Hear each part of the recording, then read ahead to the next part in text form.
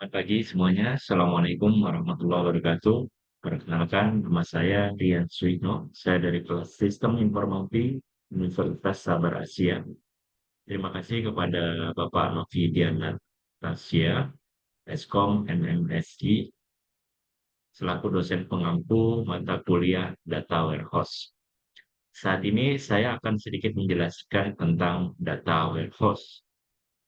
Data Warehouse itu terbagi menjadi dua kata, yaitu data dan warehouse.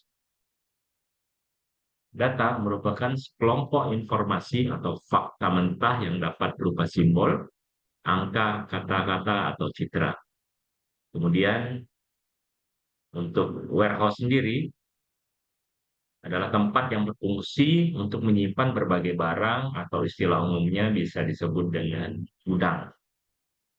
Jadi, data warehouse adalah gudang tempat penyimpanan sekelompok informasi. Pertama, saya akan menjelaskan tentang pengertian dari data warehouse itu sendiri. Data warehouse itu adalah basis data yang menyimpan data sekarang dan data masa lalu yang berasal dari berbagai sistem operasional dan sumber yang lain atau sumber eksternal yang menjadi perhatian penting bagi manajemen dalam organisasi dan ditunjukkan untuk keperluan analisis dan pelaporan manajemen dalam rangka pengambilan keputusan. Data warehouse biasanya digunakan untuk mendukung pengambilan keputusan, bukan untuk melaksanakan pemrosesan transaksi. Contohnya yaitu data penjualan pada suatu perusahaan dengan data warehouse, maka pertanyaan yang seperti siapakah customer terbesar pada akhir tahun lalu itu bisa terjawab melalui data warehouse. Oke, kemudian untuk sumber data dari data warehouse sendiri itu yaitu berasal dari data operasional dalam organisasi, misalnya basis data pelanggan dan produk atau penjualan. Kemudian sumber eksternal yang diperoleh melalui internet, basis data komersial, basis data pemasok ataupun pelanggan.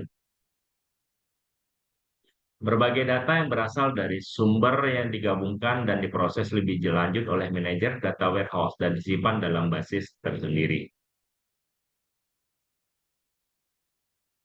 Petunjuk membangun data warehouse. Yang pertama, menentukan misi dan sasaran bisnis bagi pembentukan data warehouse. Kemudian yang kedua adalah mengidentifikasi data dari basis data operasional dan sumber lain yang diperlukan bagi data warehouse. Kemudian yang ketiga, menentukan item-item data dalam perusahaan dengan melakukan standarisasi penamaan data dan maknanya. Kemudian yang keempat, merancang basis datanya sendiri untuk data warehouse. Kemudian yang kelima, membangun kebijakan dalam pengarsipan data lama sehingga ruang penyimpanan tidak menjadi terlalu besar. Kemudian yang terakhir adalah menarik data produksi atau operasional dan meletakkannya ke basis data milik data warehouse.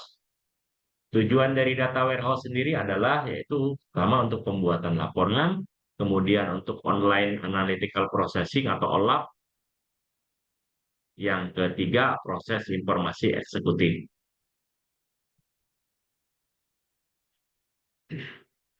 Kemudian beberapa karakteristik data warehouse, yang pertama adalah berorientasi subjek, yang kedua adalah terintegrasi, yang ketiga adalah rentang waktu, yang keempat adalah non volatil, yaitu maksudnya data pada data warehousing tidak diupdate secara real time, tetapi di-refresh dari sistem informasi, sistem operasional secara reguler.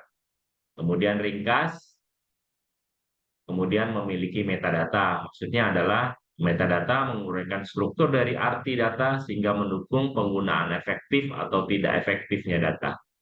Kemudian tidak ternormalisasi, maksudnya yaitu data dalam sebuah data warehousing biasanya tidak dinormalisasi sehingga basis datanya sangat redundansi. Kemudian mengandung manfaat, yaitu akan mempermudah pembuatan aplikasi, karena kegunaan data warehousing adalah khusus untuk membuat suatu basis data. Oke, terima kasih penjelasan dari saya. Lebih dan kurangnya mohon maaf. Wassalamualaikum warahmatullahi wabarakatuh.